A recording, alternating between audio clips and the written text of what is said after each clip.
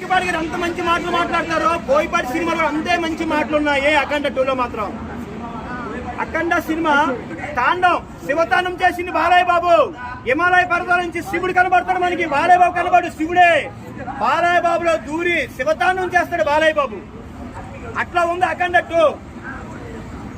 అఖండ 2 గురించి మాట్లాడాలనుకుంటే ఈ సినిమా ఒక హిందూ మతం గురించి తీసిన సినిమా. అన్ని మతాలు వచ్చి చూడడం సినిమా ఏదంటే అఖండ 2 మాత్రం భయ. అంత బాగుంది అఖండ 2. బాలయ్య బాబు ఆ రోజుల్లో మన బి గోపాల్ గారితో తీసిన సినిమా బ్లాక్ బస్టర్లు అయితే, ఈ రోజుల్లో బోయపాటి గారితో తీసిన సినిమాని బ్లాక్ బస్టర్లే. సినిమా తీయాలంటే ఒక బాలయ్య బాబే, ఇంకెవ్వరు తీయలేరు. అది ఆ రోజు నిరూపించారు బి గోపాల్ గారు, నరసింహనాయుడు, సమరసింహారెడ్డి.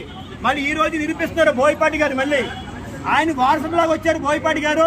బాలయ్య బాబు మళ్ళీ బ్లాక్ బస్టర్ సినిమాలు ఇస్తున్నారు. సేమ్ బి గోపాల్ గారు అలా తీసేవారు, ఆ విధంగా ఆ లైన్ నడుచుకుంటూ పోతున్నారు బి గోపాల్ గారు, మన బోయపాటి గారు.